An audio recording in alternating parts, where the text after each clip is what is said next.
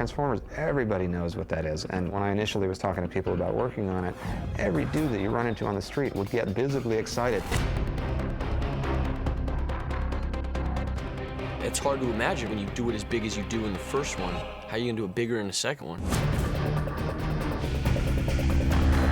The nice thing about Transformers is it's almost anything you can imagine. They can turn into anything, and that's the fun of the movie, and that's the fun of the movie for me.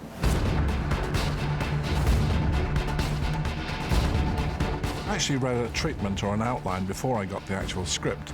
And even then, I thought, oh my God, this is going to make the first one look like a margarine commercial. It was certainly scale-wise the biggest thing I'd ever shot. We had every bit of equipment known to filmmaking multiplied by a factor of 10.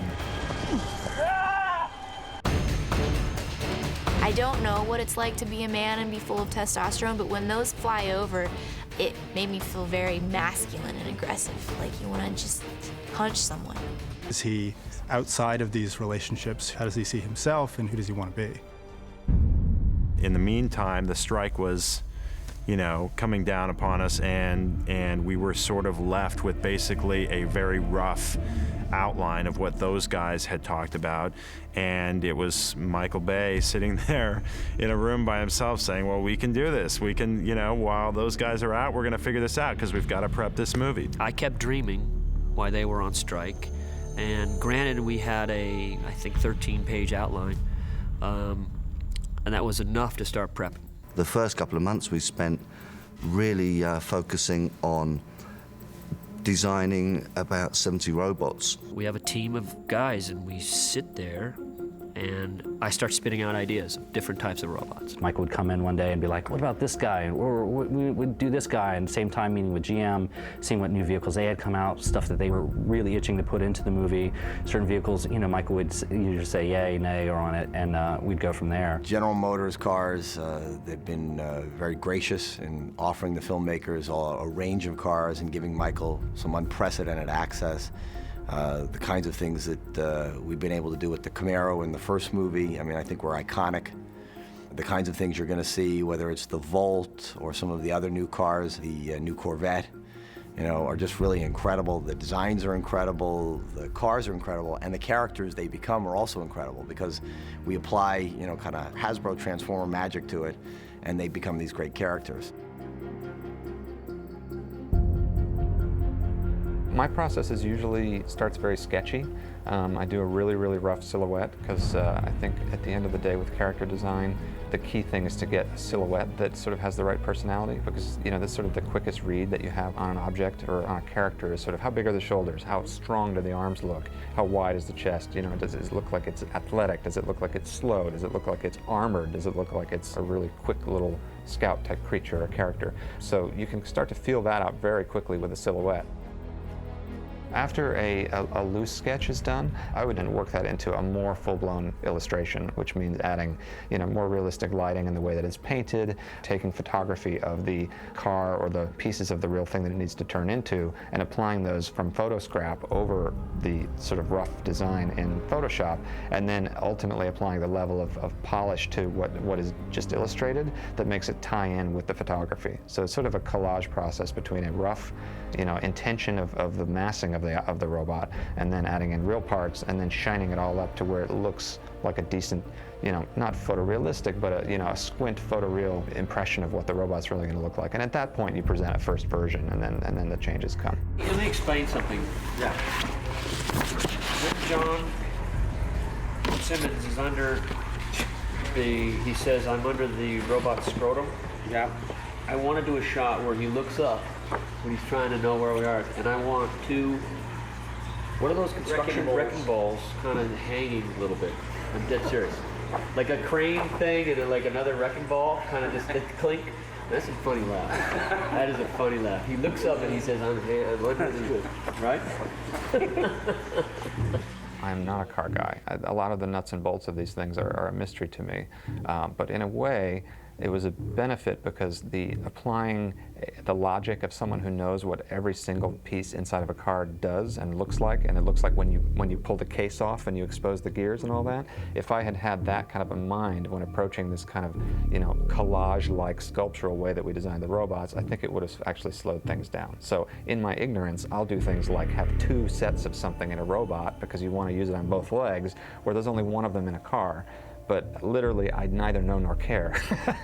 so that sort of freed me up to look at the design and sculptural qualities of these car parts and use them, as a texture and not worry so much about the literal, aspect of it, which of course creates trouble for the people who have to make the toys and for the people who have to figure out the transformations in the movie.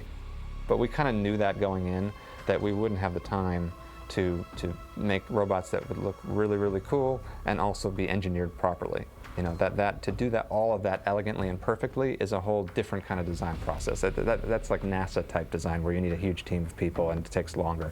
So our goal was to come up with stuff that looked cool enough to satisfy the director, because at the end of the day he wants the stuff to look cool. And then it was, to be honest, somebody else's problem to figure out how to transform it.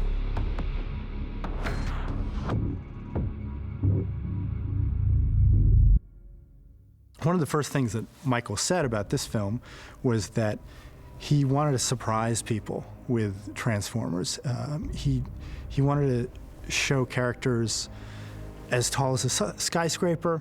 He wanted to show characters as infinitesimally small as a molecule. He wanted to go from nanotechnology to combiner technology and just give the sense that there's a whole universe of potential Transformer characters. They come in all shapes and sizes. Hasbro's been a great partner creatively in every other way. Plot notions. We always went back to the Transformers universe and made sure to choose something from the existing mythology rather than invent something out of whole cloth. It's just too rich, and there's just too much there. Usually the whole process starts with them, throwing ideas at us and saying, here's something from the mythology, are you interested in this? And they'll just stimulate sort of conversation in the beginning, and then as we start evolving it ourselves, we'll give them our ideas, they'll run them around their Transformers group, and they'll come back to us and say, this is consistent with the mythology, this isn't consistent with the mythology. I think we do look back to Generation 1 as kind of the essence of where the brand began. So wherever we can, I think we take from the original series, whether it's character look or character personality. We always do kind of keep in mind what was established at the beginning. Most importantly, we would always want to make sure that we didn't breach any of the rules or boundaries of that universe that they'd worked so hard to create. So, but they always had character ideas, they always had set piece ideas, they created a lot of artwork for us to inspire the creative process as we were trying to even outline the script. They would come out and make presentations to us and say, think about this and think about that, and you don't know about this, but we pulled this out of the archives, this would be great for this story, and that kind of stimulation is what yielded this latest script. On the first movie, I think our grand total of robots was something like 11 or 12. And on this one, I honestly don't even know. I haven't done a count, but it's easily triple that. I would say roughly, including some of the minor characters like the kitchen bots and other little miscellaneous things that transform, 47 altogether, maybe 50-something altogether. Some of the new Autobots that we meet in the movie include RC, who is a combiner Autobot comprised of 3 motorcycles who transform into a single fighting robot figure. We meet a character called Sideswipe, which is another Autobot who's sort of a sword-wielding speed skater. We meet the twins. The twins have 2 different modes. They have the ice cream truck mode, and then they have the 2 more, we call them smart cars, because originally we were thinking about doing them as smart cars that's kind of always stuck, but they're smaller commuter cars that beat in the tracks. So those 2 characters have 4 robot designs altogether for both of the 2 of them. 2 is ice cream truck and 2 is the beat in the tracks. Michael, he was very focused on the twins. He really saw them as characters, and in a way they're the children of the Autobots. They are kind of the bumbling Tweedledee and Tweedledum characters of the Autobots. When Optimus issued his call out to all the Autobots, their safe haven on Earth, I think the twins were probably the last character that he was hoping would show up. Some of the new Decepticons we see in this movie include the Fallen, of course. One obscure character whose name was the Fallen had this sort of biblical scope to him, and it was a great traitorous character, almost like Judas. That's how we referred to him. And it was one of the original 13 Transformers ever, brought to life, and he betrayed the other 12. The Fallen was really, in many ways, he's the father of the Decepticons. He was sort of the first one to question the honorable mythology of the Autobots, and that really created the two sects within the race of Transformers. And we knew that was just a really juicy, evil, dark notion. And being one of the originals, he had a different set of powers than a normal Transformer. He had more power, and the writers ended up running with that, and that character ended up shaping a lot of what we did in the movie. We meet Soundwave in this movie, who is the Decepticons' communications specialist. We do come up with new characters and create different forms, but we like to draw back and at least pull out some elements of what we had back in the 80s. So some characters, there's a really direct link with its original character from the 80s, and some, are a little bit loose that they've had to maybe evolve a little bit more over time. Soundwave's a good example of just a tape player doesn't make sense in today's world, so we've kind of tried to continue to evolve Soundwave as a character over time to have a different alternate form that is more relevant for that particular series or movie. We meet Ravage, who is a lethal killing machine who takes a more kind of animal form.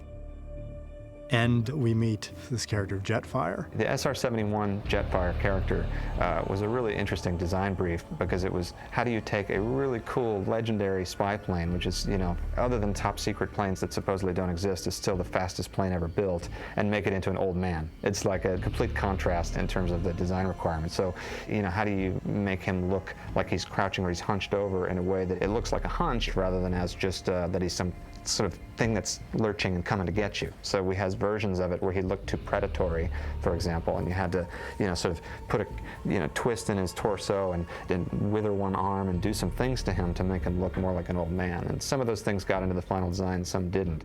One of the other Decepticons we meet, or rather several of the other Decepticons, is Devastator, who is comprised of a number of construction vehicles which form together to create a truly fearsome adversary. One of the early things we obviously wanted to do for Michael is we presented several ideas that could ratchet up the action, bring in certain characters that could, be very impactful in movie 2.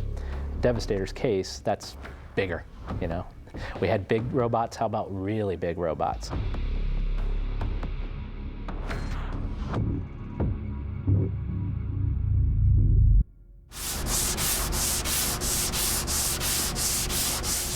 GM provided us with a lot of 3D files for the cars, so the same CAD data that they used to prototype the cars we had. And we actually had a company, DST, out in Detroit. We'd hand off those files to him, and he would actually build the cars, because we'll need at least 2 of every car, so we'll end up making our own. Each individual build is in a secured area, especially things that haven't been seen before, that are confidential. This is actually where they're doing the facelift on the #1 Bumblebee. It has the new modifications with the new hood. It actually has brand new wheels that'll be on it. It'll have a new front lower chin spoiler, which this is the new chin spoiler. It has the new aero scoops. It'll get a blackout treatment around the grill and around the mouth, as well as the new bow tie. The new Z28 hood is very significant, and because it has a large scoop on it. This is a concept Corvette that has never been seen by the world and is fairly top secret from GM. They gave Transformers the approval to use this body in the new Transformer movie. What we need to do is take it from a model and turn it into a functioning vehicle. And we actually used a 1999 Corvette chassis that will be used for the drivetrain for this concept vehicle. These are some of the Hummer HX fiberglass parts. As you can see, they've already been put in prime, they've already been trimmed, and most of them have been fit. This is actually one of the tracks. It's one of the twins. And this will be a candy tangerine orange color with carbon fiber wrapping on it. They're currently checking the fits on the doors. What you're actually looking at right now are two of the Trax interior dash panels, which Al is taping up. These are actually the HT3 pickup boxes waiting to go into paint. We actually have the window tinting going on. Over here we have the roof radar units, door panels for the Trax and the Beat, Trax interior dash panels, inner fenders and exterior fenders for the HX concepts. Once the writer's strike was all resolved, we put together a package of location photos that we'd already gone out and scouted in Egypt and Wadi Rum and Petra, and a bunch of the robot designs that Michael wanted to really feature, and put together a little package for them and sent it out for them just to kind of immerse themselves in and kind of get caught up to speed. Because I think they had like a little charrette in a hotel where they just sat down for like a couple weeks and just jammed out the script. Michael Bay actually locked us in a luxury hotel 5 blocks from his office so that he could come in and see us anytime. So it was literally Alex and I in one part of the room and Aaron Kruger in the other part of the room. We'd close the partition, we'd all write our scenes, we'd open the partition, we'd trade the scenes back and forth, we'd write the stuff for the day, and then that night or in the morning we'd prepare for what the next part of the story was going to be. All the while, room service and surprise inspections from Michael Bay. Oh, thanks, Michael. Thank you. Lift your legs. Lift your legs. So much better. Okay. Such a kind man, Michael. Good. Thank you. That's so nice, man. What do you want for lunch? Is the lobster fresh today? I think Sure, I'm sure it is. I'm sure it is. You know, happy writers are good writers. That's the way I see it. Happy want another writers. lobster sandwich? I can't get enough of the lobster sandwich. All right, well, I guess I'll have BLT. We'd have daily meetings, and they would literally write. And they hold themselves up there for, I think, 6 weeks. You know, you should see their room tab, their barbell. Oof.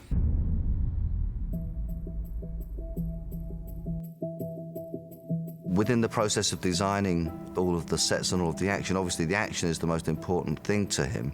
So he wants us to spend the most amount of money where there's the most amount of physical action. So we're trying to put every spare penny that we could into the ending of the film, which involved this enormous set we built in White Sands in New Mexico. The construction crew was out there for at least 4 months, and the achievement of what they built was amazing. We are in White Sands Missile Range, just outside of Alamogordo, New Mexico. Building our set here for Transformers 2. It's supposed to be an abandoned Egyptian town.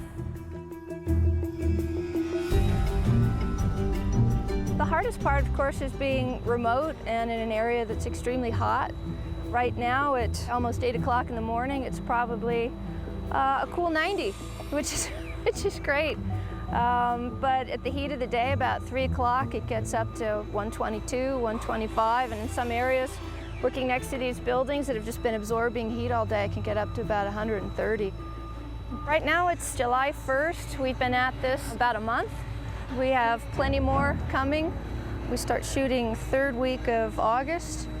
And there's a lot to do. We've got a big colonnade that goes down the center of these buildings, and they all need to fall and explode in a certain way. So there's going to be special effects and their crew making sure that that all happens in the proper way, and we follow behind them to touch everything up and smooth it over so it looks like we haven't done a thing. Greens has to come in and add palm trees and more brush. We got to scoop the sand around and make our dunes, brush it up against the building so it looks like it's been there for quite a while, exposed to the elements. So there's quite a bit to do.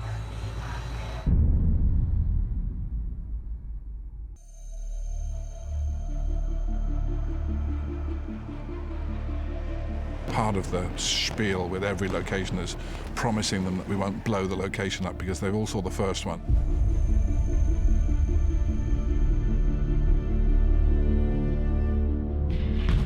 It does feel very visceral when you're out here and all this stuff is going on. It's not that hard to imagine, being in that situation because it feels like you're really in it.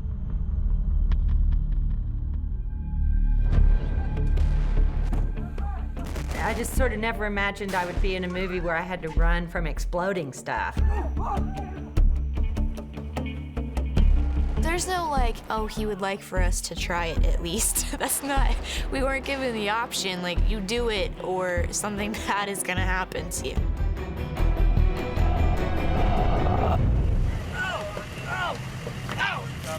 Ow! Ow! Okay, let's go!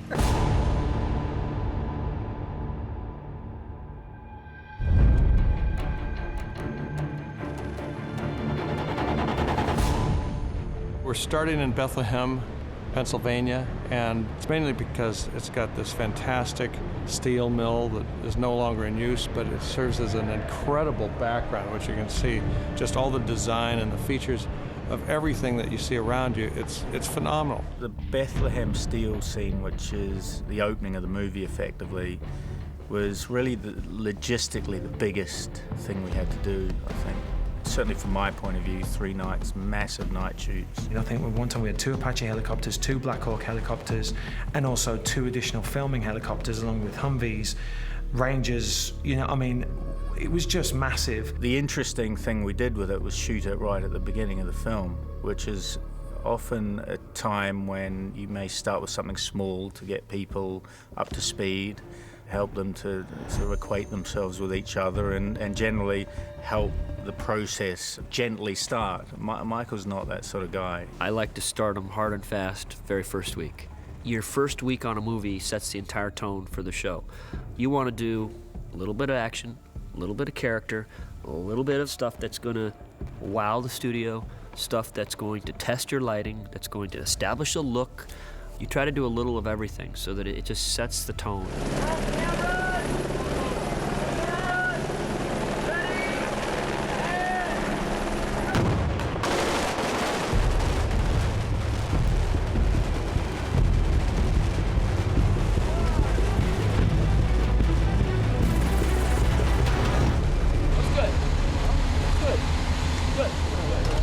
It was a real experience to go there, especially on the first day, and I'll tell you this, it is the hardest day I have ever had working, ever.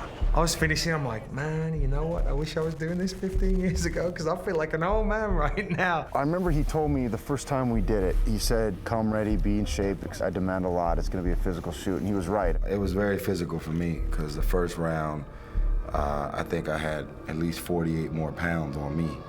And, you know, basically, there was a few phone calls that came down the pipe that I need to sharpen it up a little bit. And, you know, I got on that treadmill, got busy, got rid of the calamaris and the extra moose cake, and, you know, came out here ready to rumble in the jungle. I just want to welcome you guys here today. It's Transformers 2 right now, and I just want everyone to have fun, keep it safe. Know that, hold this, Nike actually made me a shoe. It's called Bayos, AKA Chaos, because I'm going to be up all your asses, all right? Because I do like to shoot fast, all right? And just wondering what the you're doing with standing around. Let's get to work, okay? When he arrives on the set, it's work, work, work. He's moving constantly. You almost have to run to keep up with him. Boom, let's move here. Okay, finish, move there, boom. And if you don't bring your A game, he lets you know about it. And I completely understand, because that guy is thinking so far ahead. He's a machine. He's a force of nature like I've never encountered before. And I really thrived on the pace that he likes to keep. I mean, the amount of energy he has, this movie easily could have been shot for another 30, 40 days in many directors' hands. But he's not willing to let that happen. My thing in the movie business is there's so much waste, and there is so much dicking around in the film business, and it doesn't need to be. Once you get up and running, you don't stop. You do not stop. And there is no downtime. There's no downtime, not even to not shoot or not prep, but to even not think. We've made up an imaginary product that's like an adult diaper, but for like when you're working on a Michael Bay movie, you're not allowed to stop to go to the bathroom, so you need scampers. It's like when you're just too busy to stop. He likes to prepare for the next shot and the one after that, which in itself is an unusual way of working, but the momentum and the speed at which it happens and develops and the scale at which we're doing stuff and and the things that are happening within that scale is phenomenal. I've never seen anything like it. And it's a self-perpetuating sort of machine, because the faster you go, the more you're able to achieve. Everyone ramps up to a certain pace that I'd say could only be described as maximum. Good. Got that. Moving on. Lock it up. Princeton was great, actually. Great locations. They were very helpful. It's obviously beautiful location. That was the other cool part, was doing like the collegiate tour, you know, especially for somebody my age. And what I wanted to do before we jumped on this movie was, you know, I wanted to go to school. A lot of the schools that I wanted to do, you know, and go, the prospecting schools, the schools that I was interested in, we got to visit. So it was fun to like kill two birds with one stone, be shooting this explosive movie that everybody was excited about seeing, and then being able to visit these campuses that you would have been visiting on your off time, and being able to merge them together, you know, and instead of sending the dean of admissions a letter, being able to blow up his office. It's a cool way to be able to say, hey, you know, I'm a good addition to your school. Boom. Please let me attend. Kaboom.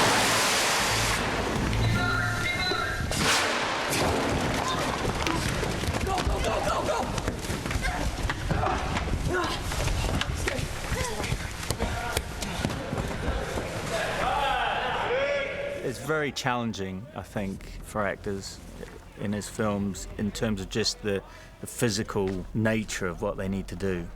And he's tough. He's really tough. He's tough on everyone, and he's tough on the actors. You know that you're about to step into war. I mean, I've never done anything this hard ever in my life. And everybody coming off of Transformers says there's no experience like Transformers. There is nothing to compare it to. It's hard work. Mike decided that he was gonna put Shia on wires and spin him around the outside of a car that has been elevated like 40 feet in the air that is also spinning. Okay, how do I know if you've got a problem? I don't have no problems. What do you mean if I have a problem? If you have a problem, we need to bring it to a stop. I'll let you know. I'll say, hey, Casey. You got a plan? Guess what? I got a problem. It's gonna speak English to me. Deal? Deal? All right. It's a deal. Mike's like, all right, we're gonna start easy. How about we wrap your hand with a seatbelt and tie you to a car, spin the car around for 40 minutes.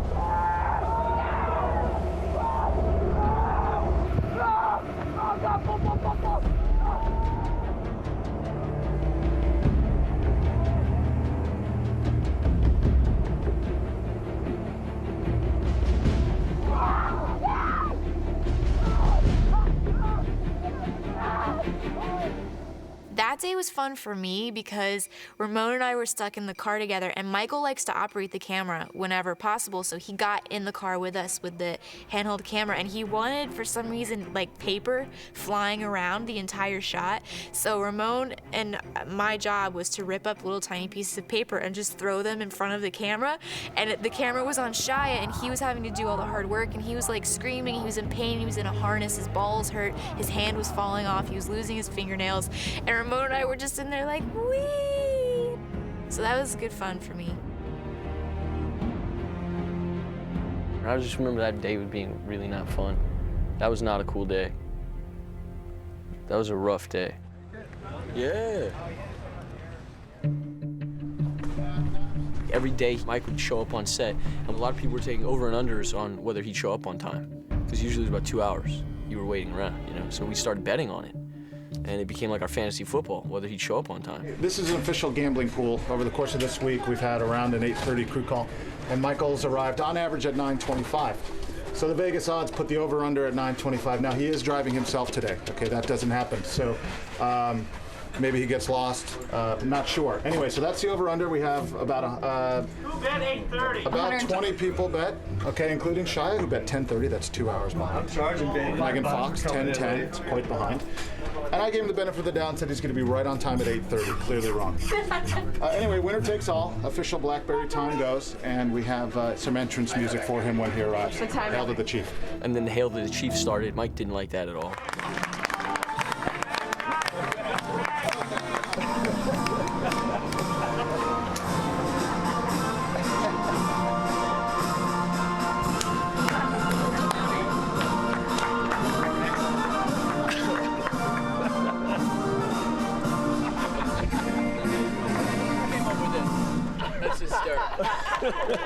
Very funny. You guys are funny. Is this like gonna be a joke every day? I was messing with Mike this whole movie. Like, whatever I was doing in the first one was just like a small little nod to where we went with this. Look, come here. Just look at the shot right here. See this right here? You see him when he's touching his head like that? That's a bad sign. That's a bad sign. When he's in this mode, he's in that mode, it means you're gonna get it today. Today's a bad day. I told these guys there's no more sunflower seeds, so they try to screw around with me. Look at that. Look at that. You know who did this? Shia. Shia. Did he do this morning yet? Did he do this? It's another shit day then. Another shit day in the neighborhood. What we did is we built a 4-foot section on the real house so we don't blow it up, and we got our explosions behind. You know, you'll see fire, debris, raining stuff, and we're gonna do it without hurting the house. Ready, and action! 1, 2, 3.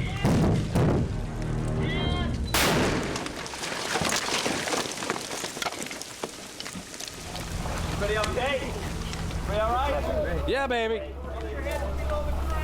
Somebody tapped me on the shoulder and said, I see smoke down the ridge a ways. And I said, show me. And I ran over there and I go, okay, we have a problem.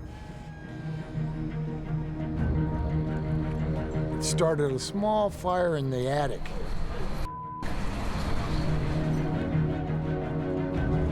It's a smolder fire.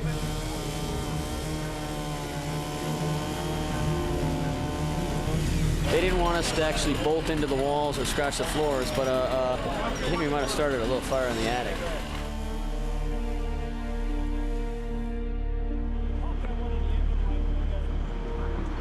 The house was on fire. They've just sprayed some water on it, so we're good to go today. We're just wrecking the joint. That's what we do. Move in, it's beautiful, then we wreck it. We'll see you soon.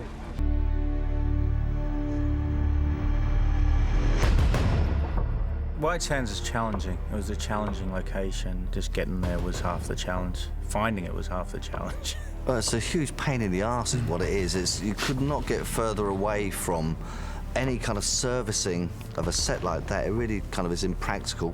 You know, it's very, very remote. It's a town that it's just a military base, basically, and there's literally nothing there. There is a Walmart, there is a Chili's, a Applebee's. Not that you need a lot more than that in life, but coming from Los Angeles, to be there for a month or so, we were all kind of anticipating the worst. It's hot.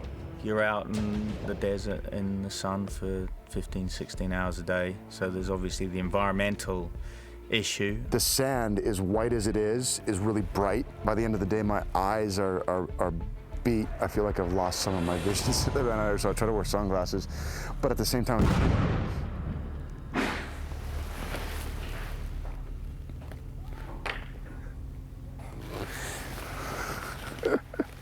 just another morning here in White Sands, New Mexico.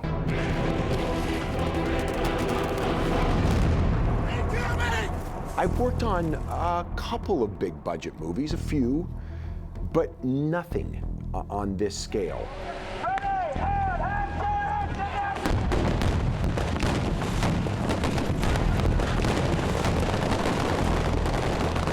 This one feels a lot bigger than the first one. I mean, I thought the first one we had all the toys and gadgets you can have. I mean, this one there's even more. They build this gigantic set, and he's like a big kid overlooking it all, going, oh, let's go over here, let's blow this up over here, and have them run over here. And he's got it all in his head. He understands scale in a way that, I don't know, there's probably 2 or 3 other guys maybe in the business, maybe even not. Michael puts big sweeping images on the screen, and then he moves the camera through them in ways we don't see every day in movies. He's got a tremendous sense of craftsmanship. I mean, he does big movies unbelievably well. There is nobody I can think of that does it better than Bay. Nobody blows his shit up as big as he does. I'm sure Michael's got one of those, you know, like Spinal Tap, you know, explosions. What does he go up to? 10. Well, I want mine to go up to 11. Action! A lot of the things that I thought, they're not really blowing this up. Yes, they do. They really blow it up.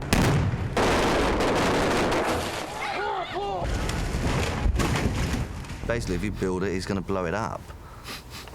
No, that's a given.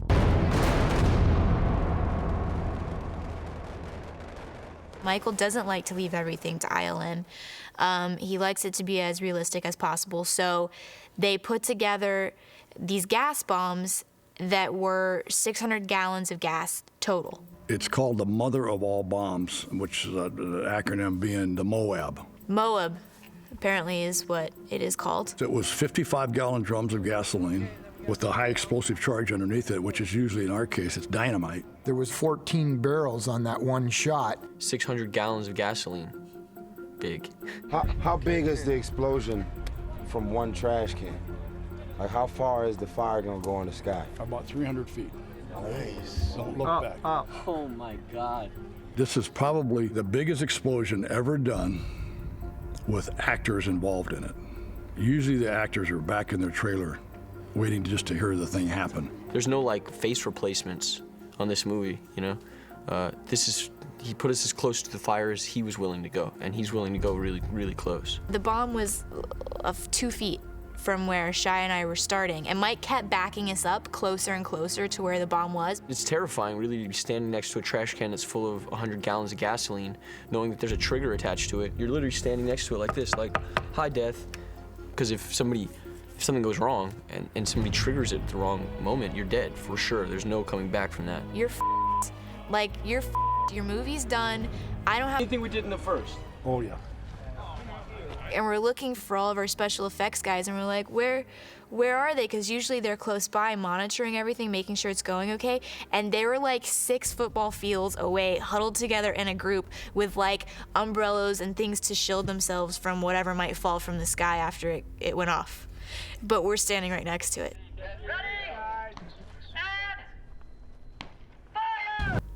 I think he's gonna be a star one day.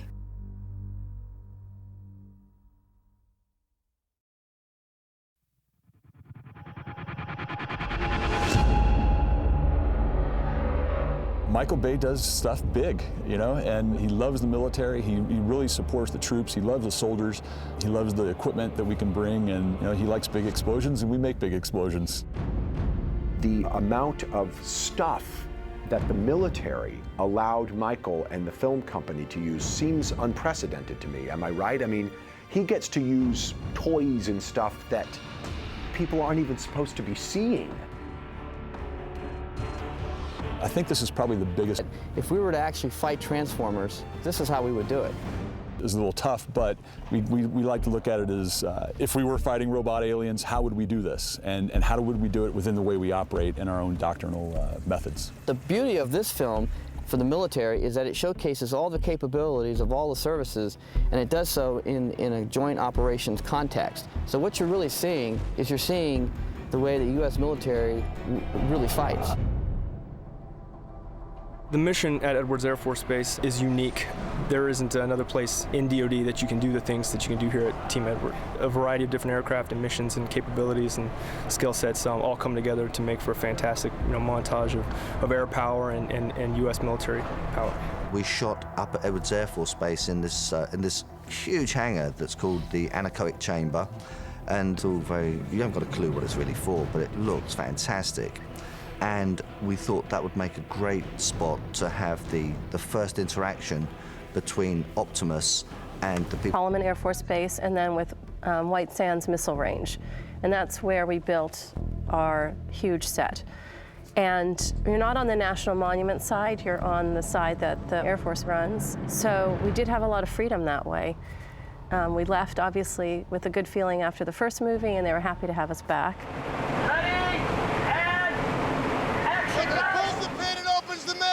Raise your back up, lose your primary. I need you to pull the blue. I need you to pull it very hard. No, not now. Dude, we're on the plane.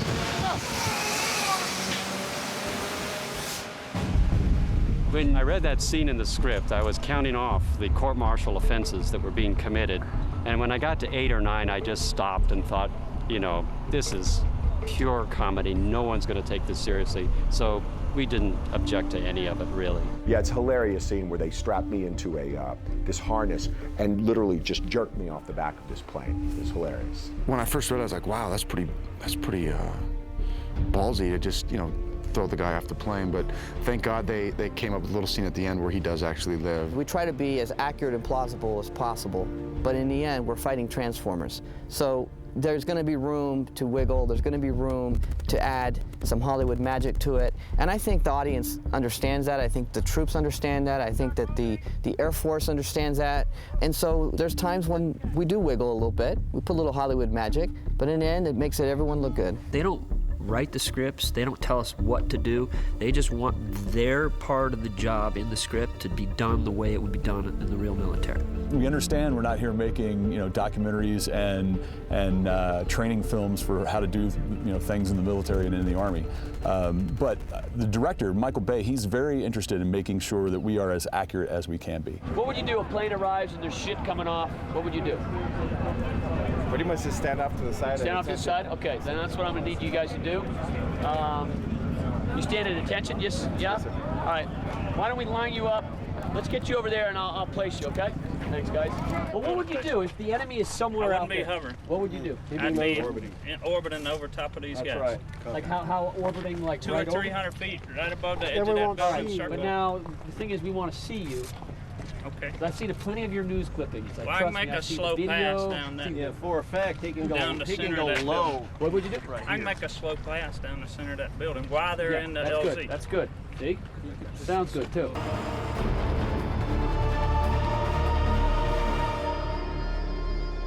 That was unbelievable. That was absolutely one of the most mind-blowing things I've ever done. It was extraordinary. I mean, logistically it was very difficult, but it was the most really intense filming environment I'd ever been in. I mean, you're standing effectively on a runway with high-speed jets taking off and landing all around you.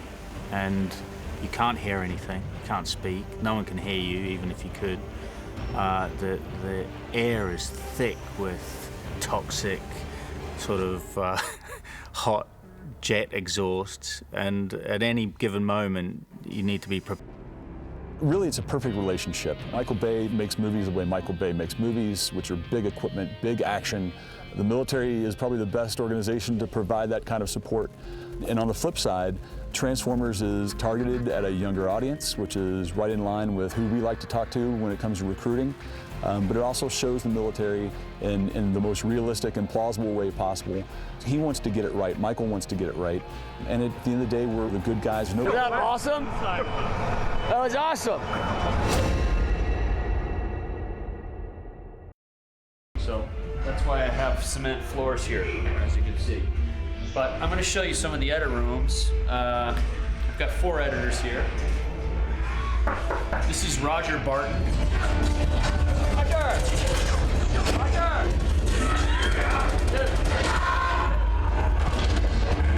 Say hello to the video. Oh, hey guys. Yeah, this is Roger Barton. Okay, hello. He's a little odd because he dances when he edits. So. This is Glenn.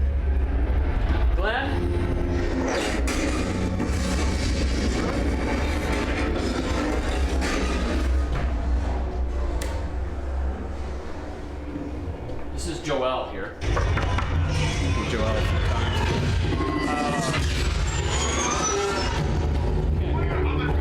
Good ship, Joel. You guys are gonna lose your hearing. You guys just chill it out a little. We'll talk in a minute, all right? I'm just introducing you on DVD, okay? I know. He's very shy. He doesn't really talk. This is Paul.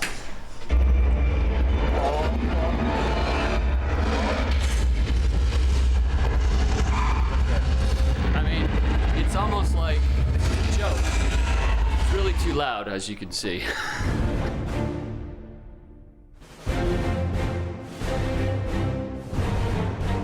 He doesn't come into an edit that hasn't already been built and tell you what to do. That's not Michael's way, I don't think. I mean, no. He may say, what I want to do with this is this, but he's not one to sit behind you and say, no, I want to go here, and I want to. You got to get things kind of laid out so that Mike can then begin to dig into it with you.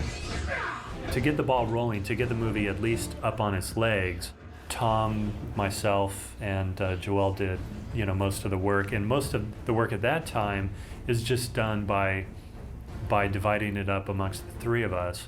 You take this, I'll take this, you take this. You put it together, you see how you like it, you see how Roger likes it, you see how Tom likes it, and then you loosely build it. You know, the drama's there, the comedy's there, you know, you're kind of looking for that kind of stuff. Hey, do not put that in my car. I will pack my own car. Right there? A man packs his own car. That really burns my cork.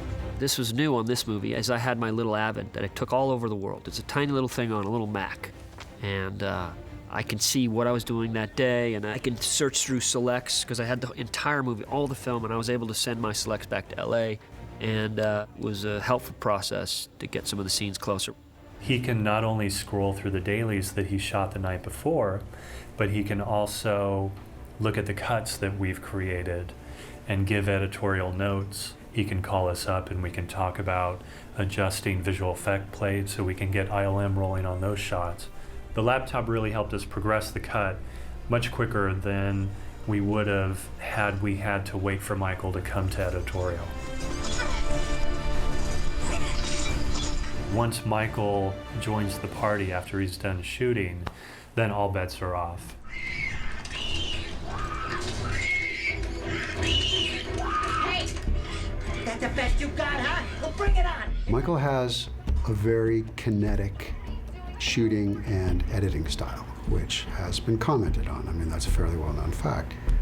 And I would say that stems from his nervous system, and which is also reflected in the workflow. Michael will not just give us each a slice of the movie, like many other directors who have multiple editors. You'd think that would be sort of the common sense approach. You take the front half, I'll take the back half. That's also a more secure way of working. You know, you've got your own little area and you stick with it. Michael Bay, he blows up anything that has to do with security. You got to check your ego in at the door. I mean, you might be working on a scene and you might hear him working with another editor on the same scene down the hall. I may have cut something originally that Michael hadn't really had time with, and he'll sit with Joel and say, okay, that scene, let's look at that. Let me tell you what I do and don't like.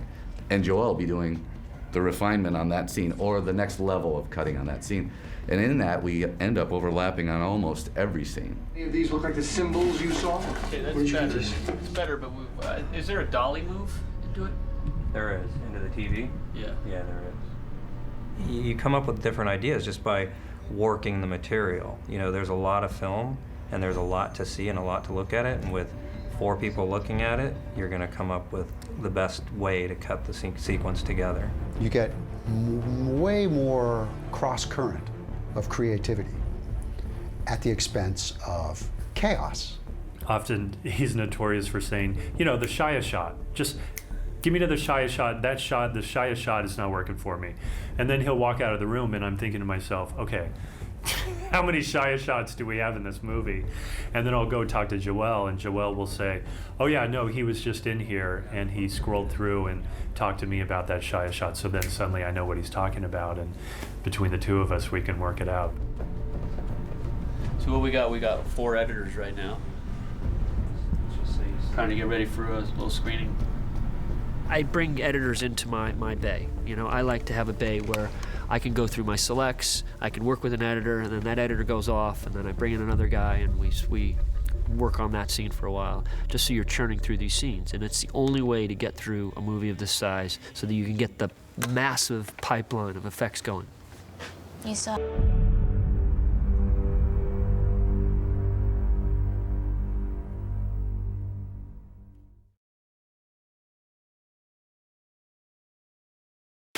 Hi, I'm Michael Bay. We're going to take you on a little trip on the final days of Transformers to Tokyo, where we premiered the movie while I was still finishing the movie. It's one of the stranger days in film for me, so should be fun. Look at this, look at this, look at this. It's like, it's crazy. Wall-to-wall city, you know?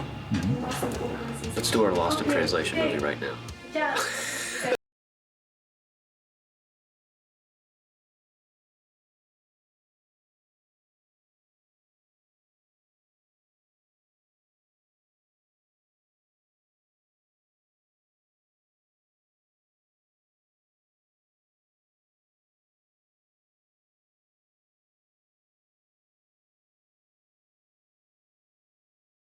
The last effect shots. All right, come on, man. They're all waiting. You gotta be very prompt in Japan. You gotta see this man. This is Mary. Hi, nice to meet you, sir. All right, how you doing? Welcome back to Japan. Your first interviewer speaks English. Oh, really? That's a treat. What is the highlight in this one that you didn't have in the first one? I think what's distinctively different in this movie is the animation level. In terms of the characters and the robots, it's just far superior to the last one. Tokyo, I had to speak about the movie for the first time to a group of press, and even though the movie was still unfinished, I had to pretend with an air of confidence that it was all finished, but it really wasn't. And this is a question we ask everybody. It's nothing to do with the movie, but if you have a collection at home, if you collect something? Collect photographs. Yeah, old photography. Okay. Yeah. And to our viewers, What kind of collection do you think I had? Doll collection? No. Jet lag. It hits. You start to lose your focus. It is like lost in translation, right? How are you? How are you? よろしくお願いします。もし撮影できるとしたら、どこで撮りたいとか、どういうものを撮りたいとか。何度もされてるそうなんですけれども、それは特に日本の文化のことをおっしゃったんですけど、男の子の映画で記念されあとピラミッドなんですけども、それでおかげさまで許可を得ることができました。Please, これは His name is Satabo, our mascot. Yes. Please transform to Satabo. じゃあかぶりますって。ありがとうございます。それでよろしいですか？ちょっと You want me to put this on? これつけてほしいんでしょ？ありがとうございます。鳥のキャラクターなんですけど、ちょっと彼になってみて、ちょっと。これでいいですか？このままで。It's so funny because with the jet lag, you go waves of waves on it. In Japan, the release date is very close by with the Terminator 4. Are you concerned? No, Terminator didn't work in America. アメリカではヒットしなかったからそんなに。Have you seen it? He thought that was kind of mimicking, copying Transformers. Really? Why? Because they had 50-foot tall robots in theirs? All right. Well, my robots can kick the ass out of his robots. 僕のトランスフォーマーはこんな強いですね。T ポイント出てる。あれはもちろん。写真撮影で。Could I order like a tuna fish sandwich or a hamburger, cheeseburger? Is that what you like? In theory, they were able to put so much labor into each shot that they rapidly changed in a matter of days. There are not a lot of houses that can do that, and it's the sheer firepower they have at Island.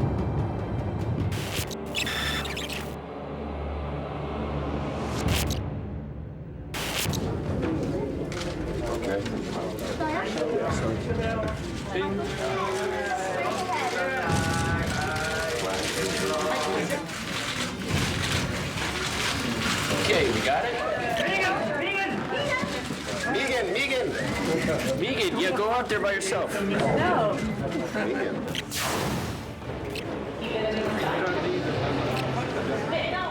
では、トランスフォーマーリベンジトレーラーから記者会見スタートです。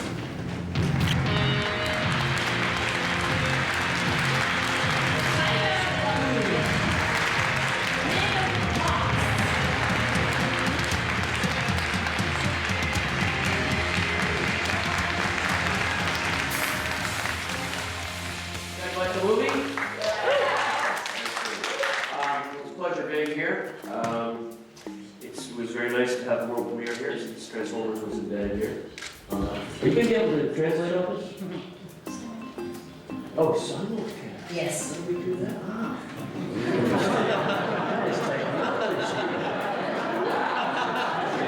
Michael Bay, every time something's funny or slightly giggles, he'll pounce on you. Go, why? Why is that funny? Why is that funny? Why are you laughing right now? What about that was funny? Why? It's the point where it's not funny anymore. Why it's funny, and you've gone from it being funny to like, whoa, hold on a second, now we're in a situation. Let me tell you how Transformers 3 will go. We open in his bedroom, he's dead. Thanks, you new character. Appreciate that. ですね、監督の皆さんにお聞きしたいんですけども、昨日見させていただきまして。Megan Fox. Johnny Depp's wife.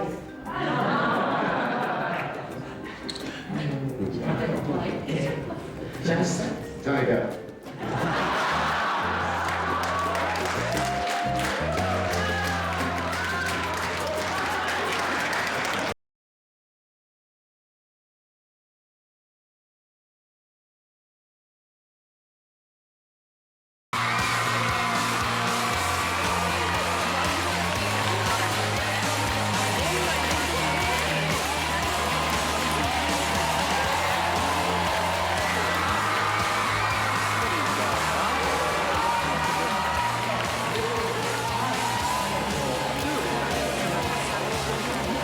$5 a pop. You have five, huh? You have $5? This guy got cash?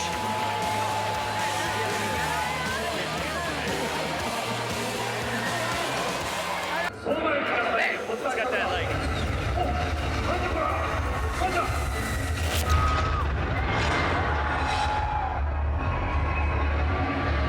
You think it's going to turn into a big bumblebee?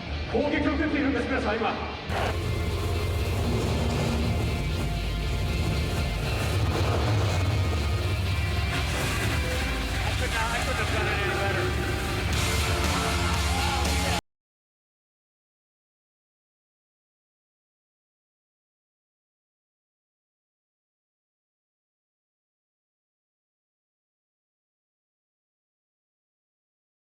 Loading up in Korea. Am I stressed? No. Do I care? Nothing on there. What are we gonna do? Nothing. Just be zen about it. All right, so you feel like a TMZ guy. Come on, we got.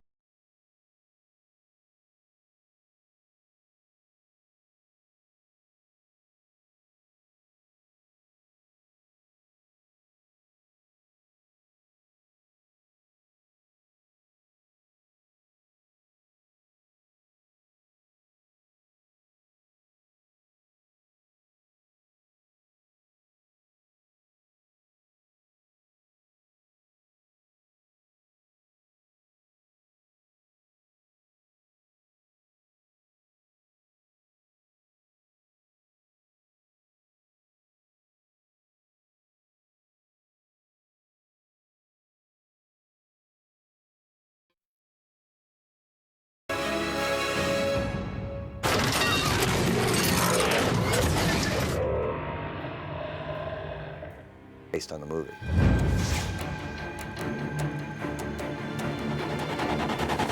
The one thing that does set Hasbro apart from a lot of other companies is the passion of its employees. We typically bring in people that have a general interest in the things that we produce as a company, and it shows in the workmanship that we have in our product. It shows in our marketing.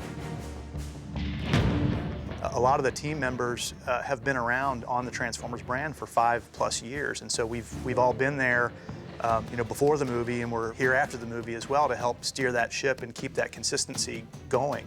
There's not too many opportunities in the toy industry, particularly, that you get to work on something that meant something to you as a child. There's not too many brands that have that length, and because Hasbro is in the creation seat as well as the product design seat, we have to think about it logically.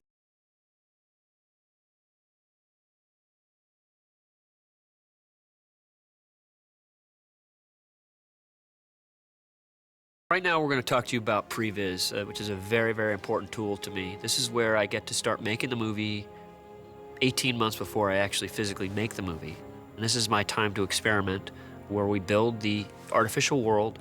I work with my lead guy, Steve Yamamoto. We build our characters in a crude form and then finally watch it come to reality.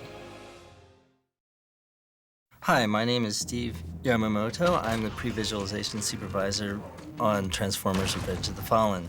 This scene here is the introduction of the Fallen, who's the main reason why the Autobots and the Decepticons split.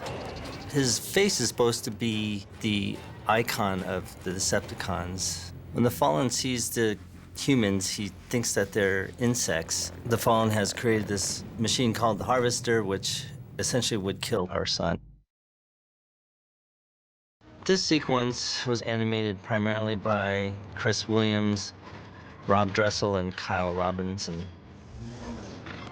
We created about 55 minutes of material for about 50 separate sequences. The first bad guy, or Decepticon, comes right here. Michael didn't want to see the transformation yet, so we hid him behind all these giant concrete pipes. And then all war breaks loose here.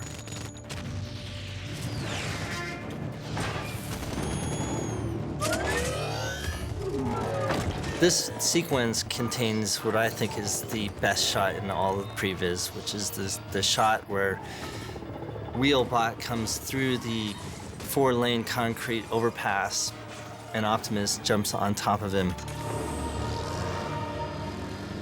This shot really set up the rest of the movie and the scale of the movie and what this movie was going to be above and beyond the first movie. One thing about showing shots of that scale, you really need a lot of objects that the audience can relate to, such as the cars and Optimus, to give it that scale reference.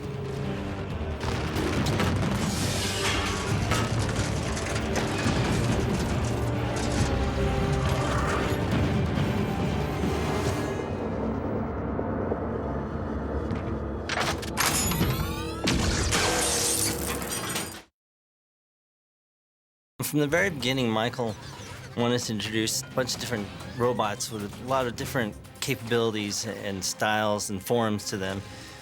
This one was unique in that we had these motorcycle girls as one-legged characters, much like inline skaters or skateboarders. This character, I like the way he transforms because it's very smooth. This combination motorcycle never made it into the movie. And again, here's another character with a different form, which is modeled off of actually a roller derby character, very tough and mean. This action here where he jumps over and throws the blade and splits the car in half was done by an ILM animator as a test originally. This sequence is an example of what I call one of Michael's signature shots. For the sequence, it's the hero's entrance or introduction, where we go around him a few times. It's very similar to the one in the first Transformers movie where the camera revolves around him or orbits around him. I think in this case, we should cut right about here.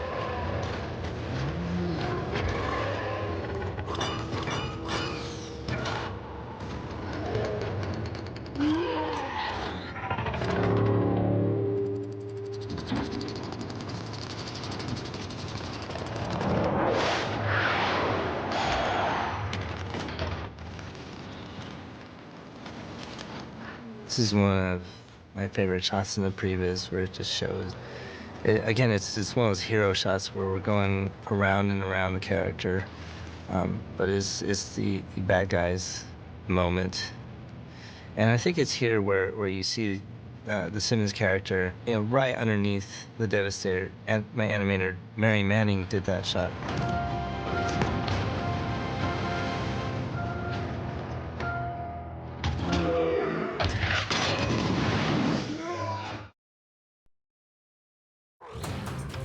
Unfortunately, both characters are yellow, and it's a little hard to distinguish between them, but I think it works out okay. One of the main things that you want to do with these fights, with these Transformers, because they're all made up of thousands and thousands of mechanical pieces, is to make sure your silhouettes are very clear.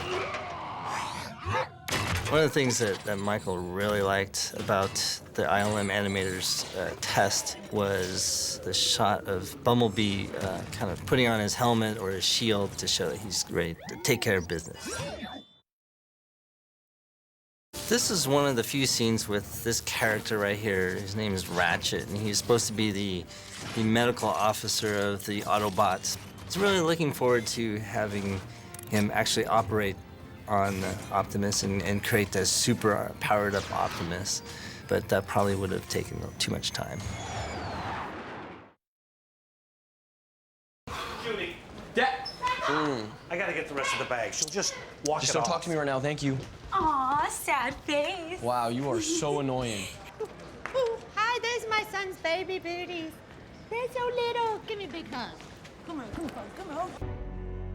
That's it! No mas! I'm not going anywhere, right? And you guys are crazy. You don't even know where you're going. I'm staying. Who's with me, huh? Viva la revolución! Good luck, Leo. Enjoy the heat. Better off staying. You're slowing down the mission. I give you 20 minutes before the vultures start picking at you like lunch meat. Try swallowing your tongue. End it quickly. Go out with dignity.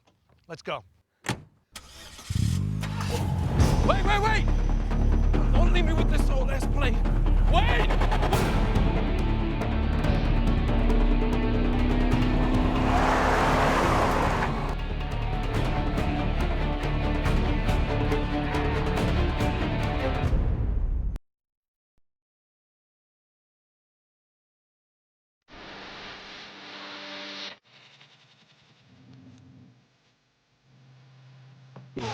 His element. This is how they did the pyramids, isn't it? This is how they did it. That's the crew. Kick ass. Here we go again. It's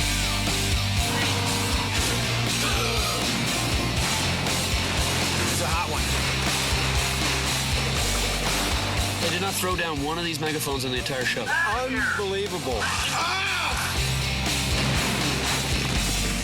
Lady, you are pushing your luck.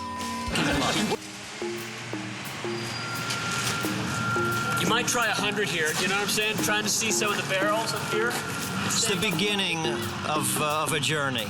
What day is it today? It's day 89. Day one. No, it's day 3. It's day 3. Day one. Oh, wait.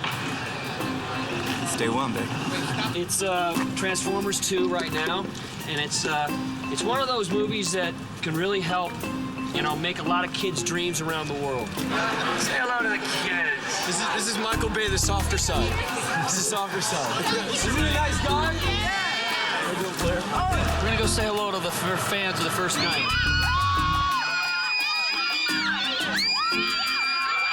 You want to see Transformers 2?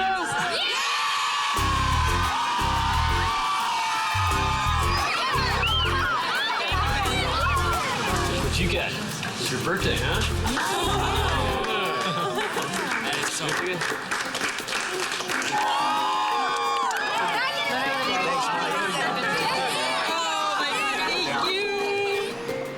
This is Kevin from Make-A-Wish, who's here visiting us today. Hey, Kevin. Nike actually made me a shoe. It's called Bayos, a.k.a. Chaos, because I'm going to be up all your asses. There's utter truth to Bayos. Bayham, Bayformers. Bayos. And just wondering what you're doing with standing around. Let's get to work, okay?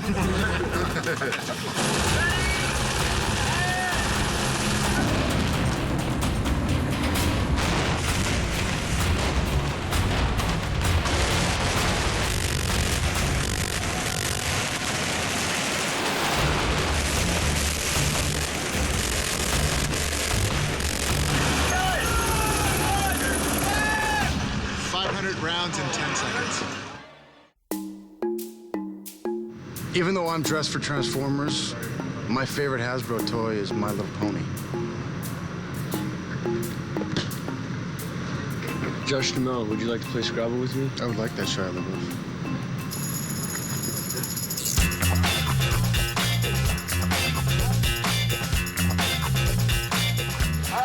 You safe, Mike? You safe? Mike, are you safe? You ready to go? I have Bay's torture devices just for Shia. This is gonna be my favorite one. This is bullshit. Mike, you good? You good, Mike? Whoa, this is fantastic. Oh, this is fantastic. There you go. Get him a mouth guard. Of course, okay, what I want to do is I want you to be like scared, okay? Nose prong. All right, lay down, bitch. Let's go. Hold on, let me. Oh, hello. Ready? And action. Okay.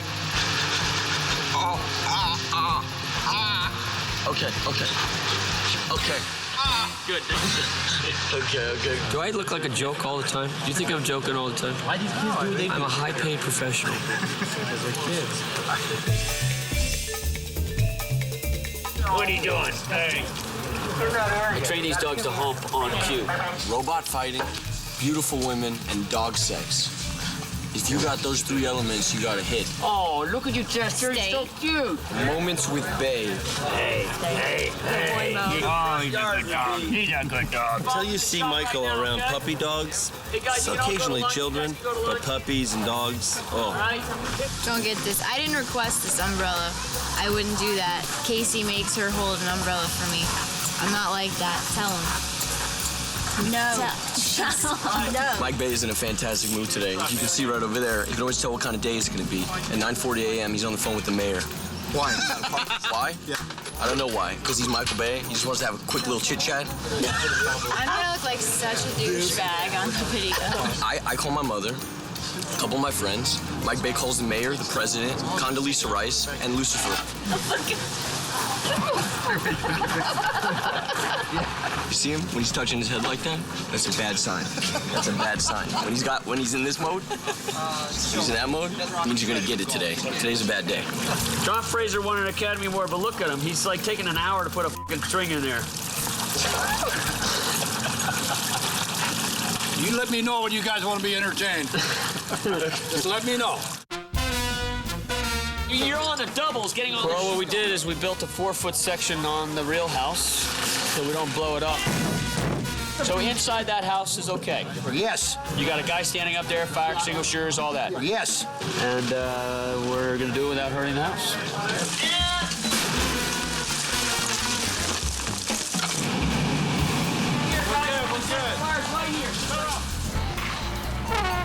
Well, we might have a smolder fire. Anybody that doesn't have to be here, don't. Hey, look at him. Get that closer. I told you. Did you do this morning yet? Did you do this? Oh, we do have a little fire in the house slightly.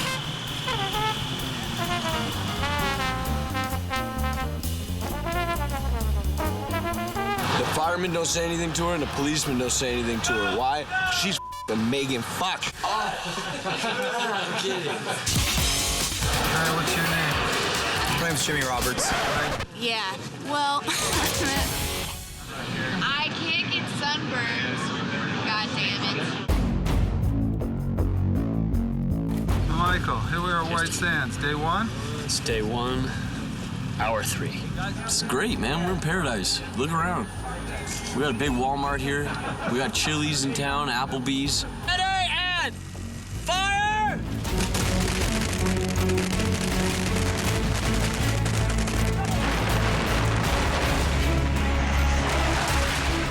Big boy shit right there. Schwami's lost his mind 3 weeks ago. Anything he said. I'm okay. Had a minor setback, but I'm back. Kyrus got his best mountain jogger outfit on. Look at him, you sweetheart. Oh, you just handsome devil.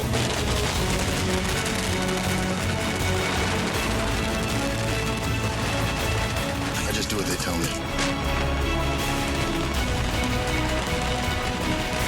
Aguilar. Get out of this car. First of all, you f***ed up my car. But you get $100. Yeah! I parked my car for 5 minutes. What's up with that? Go around this camera. Go around the head.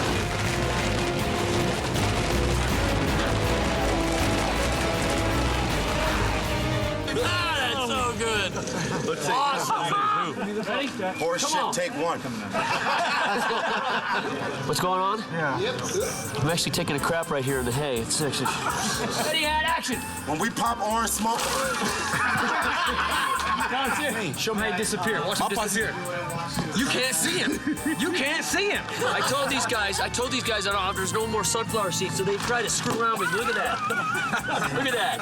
Hey, and action. When we popped... You forgot the line already. Do you have toilet paper? You know who did this? Shia. Shia. Okay, I'm ready. What I've done is I've built these glasses, I call them the ILM glasses. When I'm in a cloud and I need to take these off and I can't use my hands, I go like that. How ridiculous would that be? And then when the sun is out and I need to be shaded again, I go like that. Quote of the day, get it again. Say it one more time. I would shoot a hunter to save an animal. My director would kill a man for fun. I gotta go potty. Do you eat chicken? It's a little different. We had a chicken safety meeting. It went something like, "Bark, bark, bark, bark, bark, bark, bark." You gotta do a gesture. No, what I'm looking for is I want you on this See how calm he is? I want you to get over See how calm he is? Because he relates better to animals. And you... Look at that. That's a good-looking donkey. You going? Chicken. See, and now he's alone again. Sorry, guys. Sorry. Call it the bomb, the Moab bomb. I don't know why they call it. Well, mother of all bombs, that's what they call it. One giant fireball and big, huge dust cloud and giant streamers going up. Like how far is the fire gonna go in the sky? About 300 feet. Oh, my God. A lot of fire and a lot of heat. I don't know if I'm excited or scared. Frazier said I'll just feel a little bit of heat on the back of my neck. Frazier's been known to be wrong before. I'd go scared. Did Frazier give you any words of advice? No, not even seen Frazier. Where the f is Frazier? 3, 2, 1, go! Come on! Into me!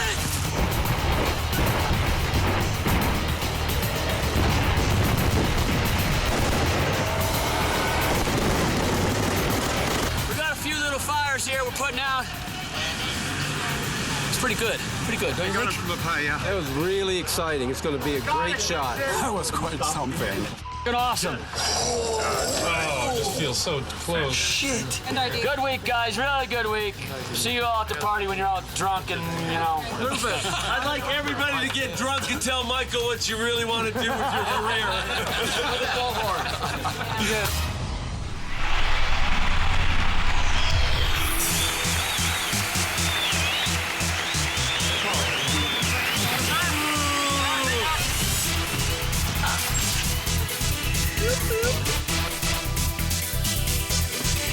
Hey, Steve's coming. Give me on the wine, Jackie! Me, Mike. Me. What do you want? You want the sexy version or you want which version, Mike? I broke my hand. That's a pretty extreme owie. That's an owie. In 6 places. You're gonna rip it off now. That's the whole idea, you mother. That sucks ass. Yeah, look at what he does to myself. Dude, look at this. Tyrese. Oh. Hey, yeah.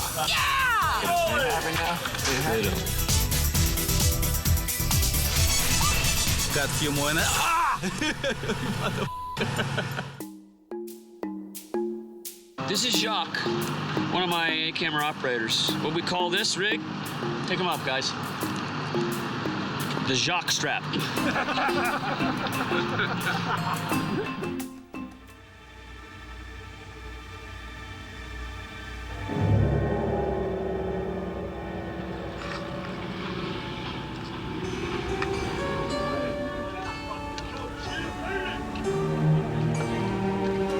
I feel like I'm in Lawrence of Arabia. It's crazy. Shot, dude. Oh, come on!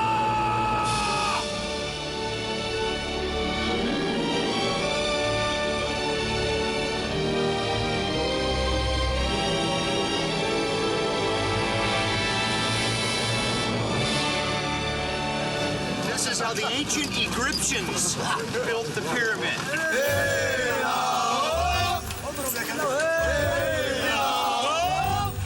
The fact that there's only been 3 movies to shoot here in the entire world, and both of those other movies happened in the 30s. Where are we today?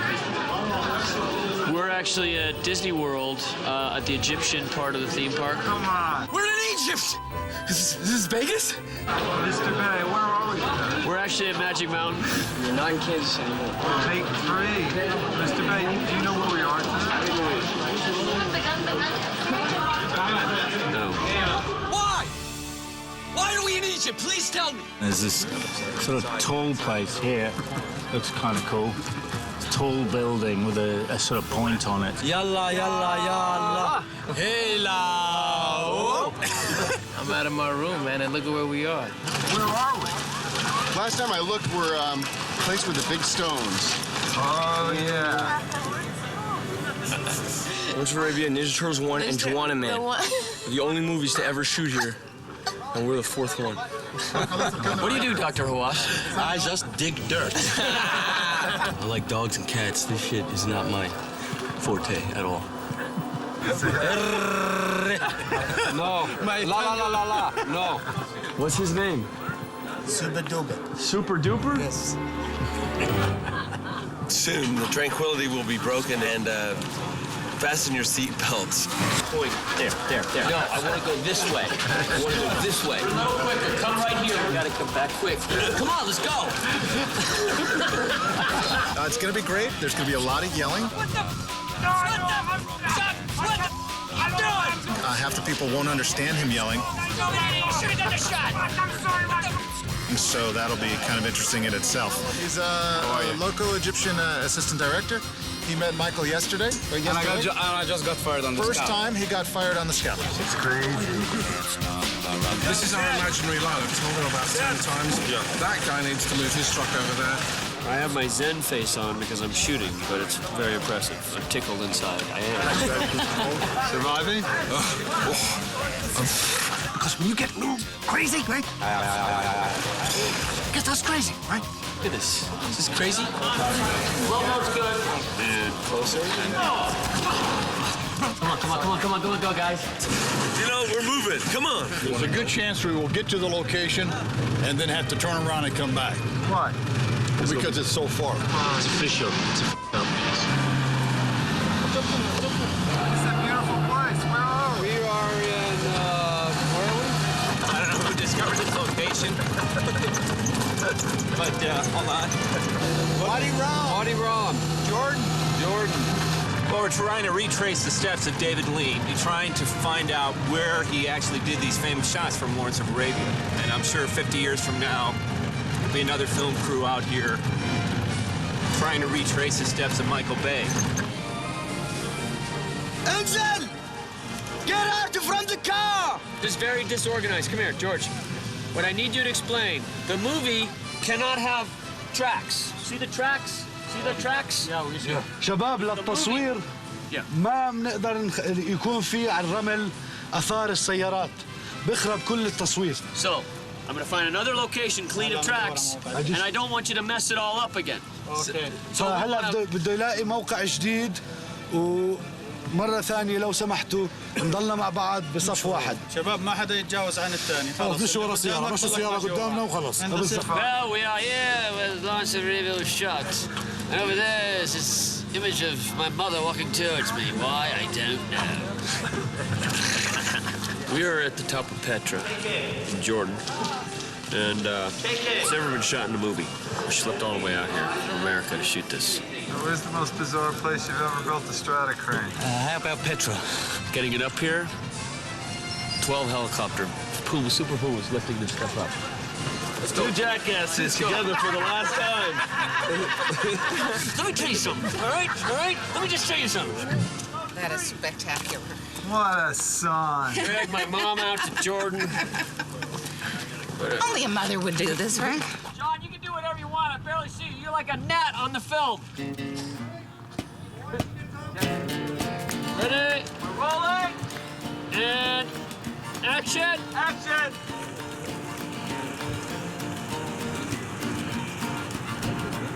John, you gonna do some climbing today? What do you want to know? I saw you warming up. Stop. Good. Tell him one more for this, and then we're done, okay? Man, I saw we were checking out your routine. It was a balance. It was a zen like